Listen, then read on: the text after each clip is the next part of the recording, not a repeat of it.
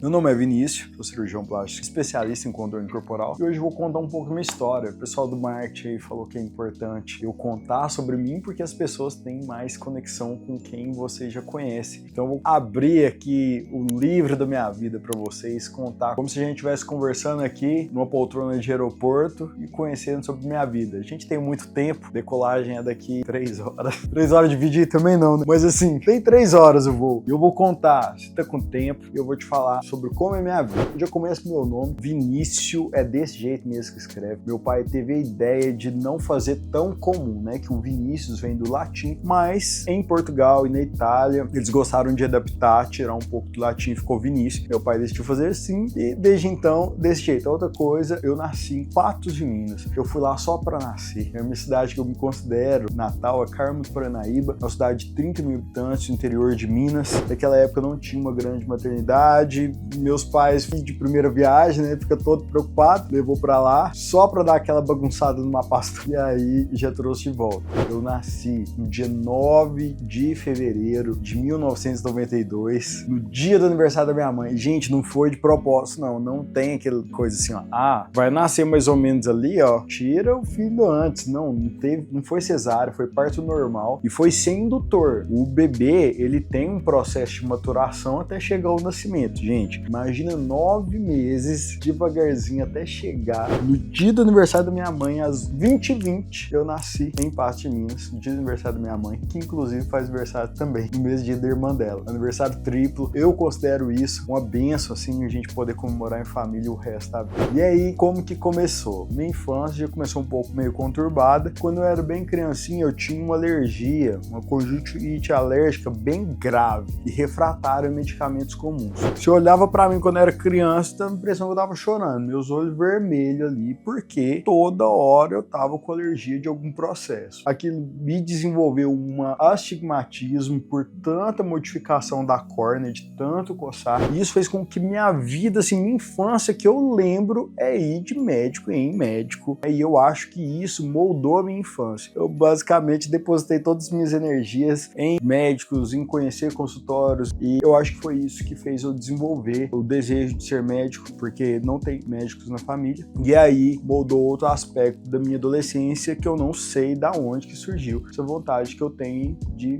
me dedicar a artes visuais. Pode observar que na clínica são obras de arte de areia que a gente desenvolveu. Vou falar um pouco mais pra frente, só que foi tudo questão de artes visuais. Quando eu era criança, eu pegava assim as folhas de papel, eu gostava de construir maquete, tipo de navio, de avião, de tudo. E minha mãe dava corda, dava lá os papel para eu fazer, incentivava e eu vivia me dedicando àquilo. Com 10 anos ela resolveu me colocar na aula de pintura e meu primeiro quadro de 2002, uma paisagem, comecei a desenvolver, achei incrível. Até os 13 anos de idade, eu fazendo um monte de quadros. Por volta dos 14 anos, interrompi para ir para Uberlândia, que é a segunda maior cidade de Minas, é a cidade onde a gente iria para fazer faculdade de medicina. A gente primeiro ia desenvolver o ensino médio lá, para depois entrar. Naquela época não tinha muito FIES, minha família não tinha muita condição. O seu único caminho é esse, começar a estudar agora mais novo, para você conseguir ter um nível de tentar conseguir. Aí foi eu e minha prima Priscila, que inclusive é a primeira médica da família, e foi lá que eu passei na faculdade, depois do ensino médio, depois dos meus 1 ano e meio de fracassos,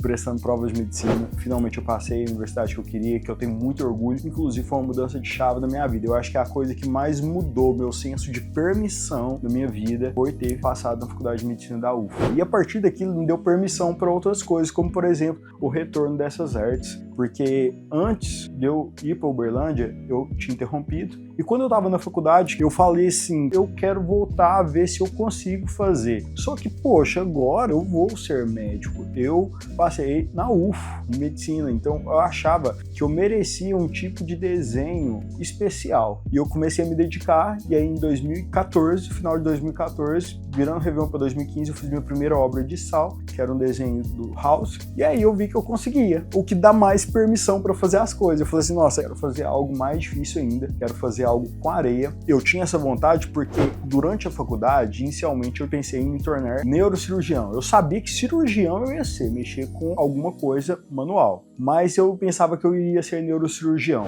Com o desenvolver da faculdade, eu vi que neurocirurgia não é uma área que eu gostei muito e eu comecei a me encantar com cirurgia plástica. Naquele momento eu achava ruim, porque eu me dediquei muito para me tornar médico e muitas pessoas achavam que se você vira um cirurgião plástico, você para de ser médico, vira algo que cuida de futilidades como estética. Hoje eu não concordo, eu tenho outro ponto de vista. Eu acho que a questão estética ele tem muito a ver com a autoestima, o que muitas vezes pode ser mais importante, impactar mais na qualidade de vida do que algumas doenças. Inclusive, uma das coisas que me fez notar que a cirurgia plástica era algo especial era o nível de gratidão que as pessoas têm com os cirurgiões plásticos quando eu começava a acompanhar. Coisas que eu não via em outras especialidades. Por exemplo, a neurocirurgia, o que definitivamente me deixou completamente arrependido e falar assim, eu desisto da neurocirurgia. É ver que a neurocirurgia, ela lida muito com tumores e isso era muito triste. E eu não gostei da tristeza que predominava nos ambulatórios, principalmente em questão de sequelas cirúrgicas, de decepção, de tristeza, enquanto o consultório de cirurgia plástica era um ambiente de muita alegria, de muita realização, de muita gratidão. Esse clima, para mim, foi imprescindível para minha decisão. Quando, nesse momento que eu já estava assim, já com um pezinho na cirurgia plástica, eu conheci a doutora Patrícia Leite, minha grande inspiração, foi num congresso lá em Miami. Aí ela deixou que eu acompanhasse ela no consultório em BH, e o dia que eu acompanhei ela na clínica, eu falei, meu Deus, é isso que eu quero para minha vida. Então, a doutora Patrícia participou muito desse processo de minha formação, uma gratidão enorme por ela, até hoje, todo mundo sabe o quanto eu sou fã dela. E aí, pessoas importantes dão depoimentos importantes na sua vida, e um deles foi falar assim, nossa, Vinícius, essas obras que você faz de sal é impressionante. Eu, se fosse você, eu colocaria essas obras que você faz no seu consultório. E a partir daquela frase dela, que eu falei assim,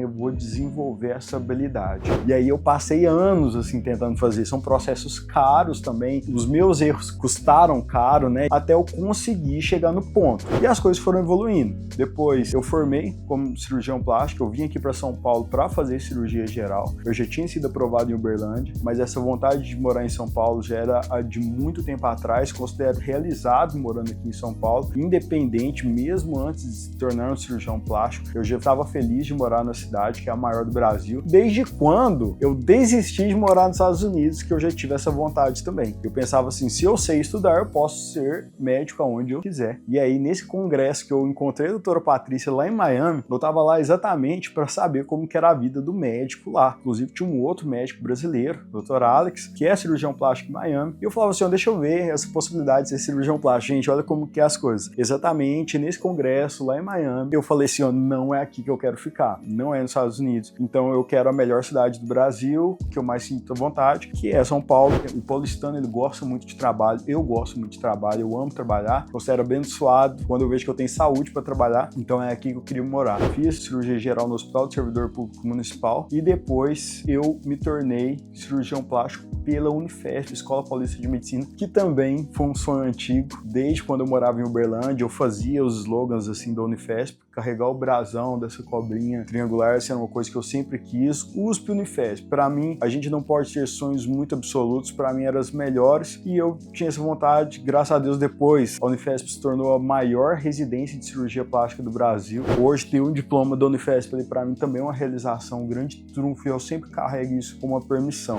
Então vamos completar com algumas curiosidades rápidas. Uma é o fato de eu ser O negativo, que é um tipo de sangue que não é tão comum e doa para todo mundo. O dia que eu fiquei sabendo que eu era O negativo, eu considerei que aquilo era uma missão para mim, porque como o O negativo doa para todo mundo, eu acho que eu era uma pessoa que era uma servidora, então eu tinha um motivo para entregar para as pessoas, né? Então, desde que eu fiquei sabendo que eu era O negativo, eu dou o máximo possível. O homem pode doar 4 vezes ao ano, a mulher pode doar 3 vezes ao ano, então eu faço isso. Todo ano eu faço 4 doações de sangue, considero isso uma missão de vida, sempre vou fazer, não tenho nenhuma tatuagem, também por causa disso, acho que eu iria enjoar de qualquer tatuagem, mas isso também é um dos motivos, e já recebi uma menção honrosa da Prefeitura Municipal de Uberlândia por causa da doação de sangue. Já fiz lipoaspiração. Assim que eu me tornei cirurgião plástico, eu achei que eu deveria passar pela experiência que a minha própria paciente iria passar. E eu falei assim, eu tenho que submeter uma cirurgia, escolhi lipoaspiração, eu também fiz autoplastia junto, foi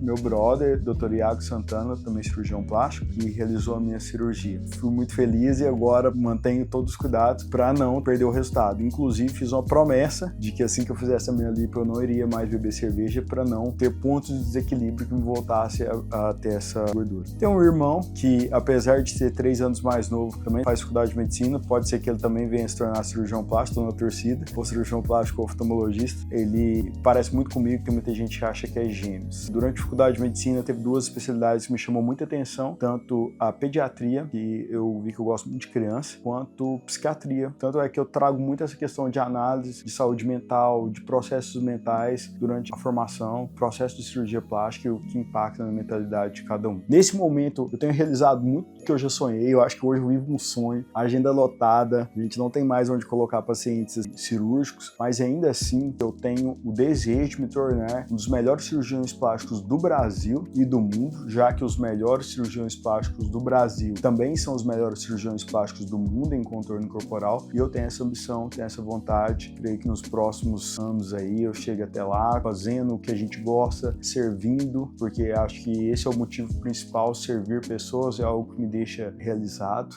tanto eu acho que tudo que me trouxe até aqui tem a ver com esse fato da gente gostar muito de ver as pessoas gratas, ver que você tem um trabalho que pode beneficiar outras pessoas e você faz bem, então você é uma motivação, um ciclo de motivação, e é essa a minha missão para os próximos anos.